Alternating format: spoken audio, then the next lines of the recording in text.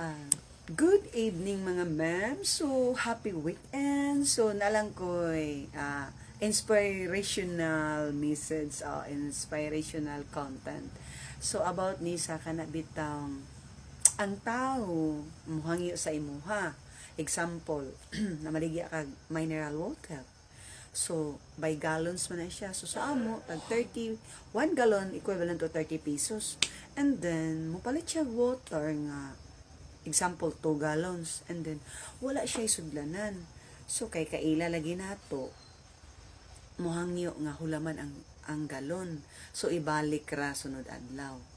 So ang among ging galon is 40 pieces of gallons, ni ang hitabo 19 pieces na lang of gallons nga among stock, kay nahurot ang katong kuan 21 pieces na anon to silang tanan mga ma'am.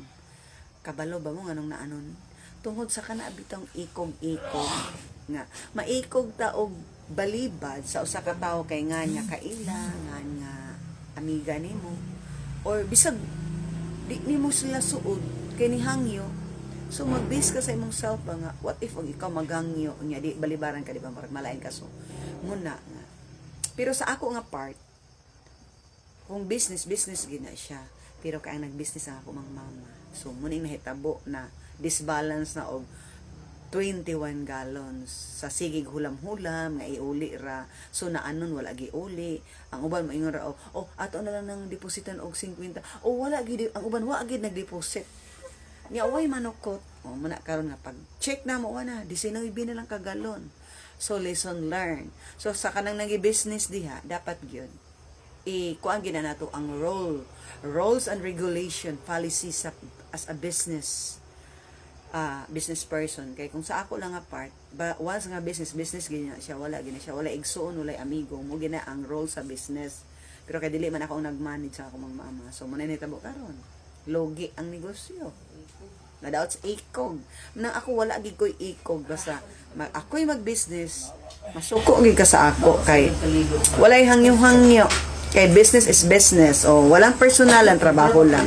Kay kung magsigi taghatag og hangyo exemption, lesson learned na siya, sige na akong kakita mo nang kasagara, bagsak ang business ana, kanang magsigi bitaw kag kaluoy, na ikaw ang makaluluoy at the end of the day mo gina mga ma'am.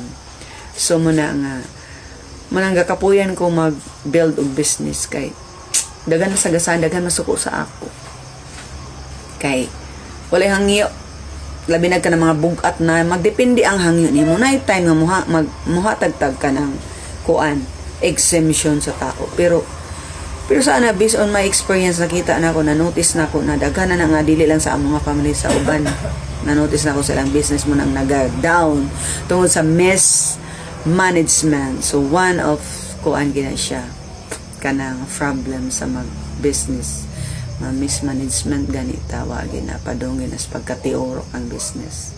So muna mga men, tips for business, di ba? Muna atong topic for today mga men. Babu, giganahan lang ko og topic sa business.